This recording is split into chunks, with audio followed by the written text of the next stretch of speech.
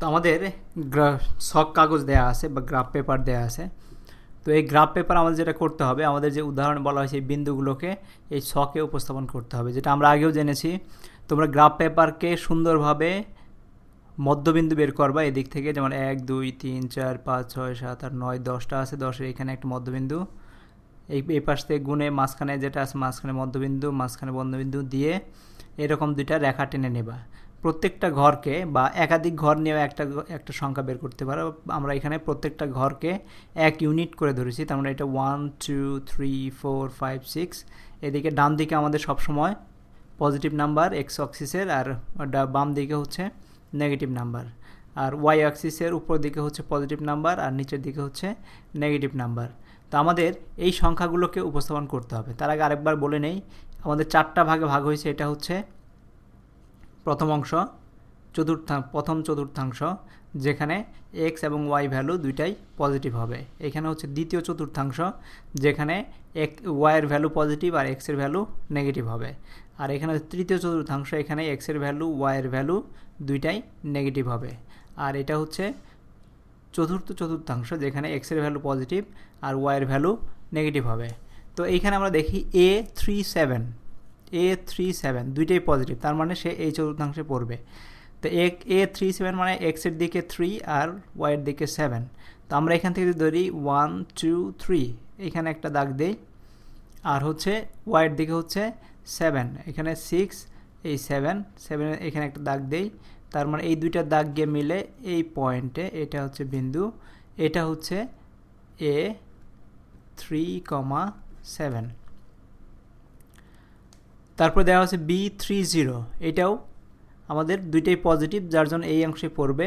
এক্সের মান হচ্ছে 3, তার মানে এখানে আর হচ্ছে 0, ওয়াইয়ের মান 0, তার মানে এই লাইনে পড়বে। তো এই বিন্দুটাই হবে তোমার B3,0, এই বিন্দুটাতেই, অন্য কোনো বিন্দু না।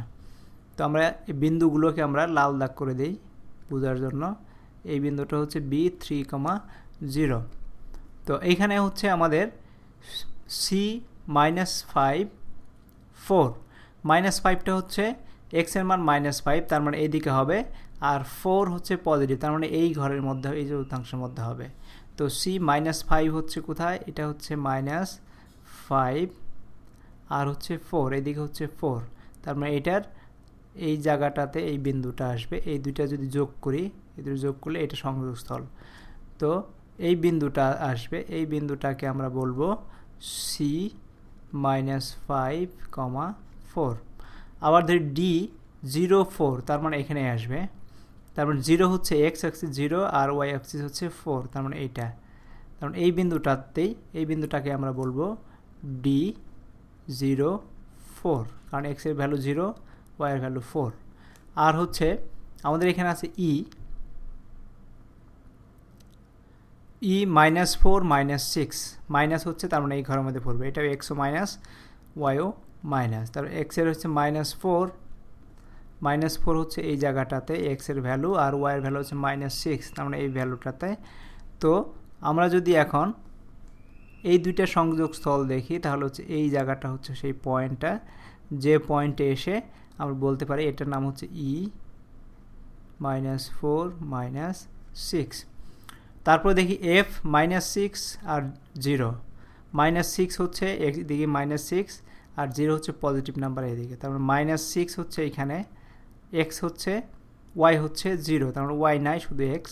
এই পয়েন্টটাকে আমরা বলবো F-6,0, এই পয়েন্টটাকে। তো আমরা যদি দেখি এখন, তারপরে আছে G0-5। তো 0 হচ্ছে এক্স অ্যাক্সিস, এদিকে 0, আর -5 হচ্ছে এদিকে, তার মানে এক্স হচ্ছে 0, ওয়াই হচ্ছে -5। তো এটাকে আমরা বলবো G0-5। তো এইভাবে আমরা বিন্দুগুলোকে ছক কাগজে উপস্থাপন করে ফেললাম।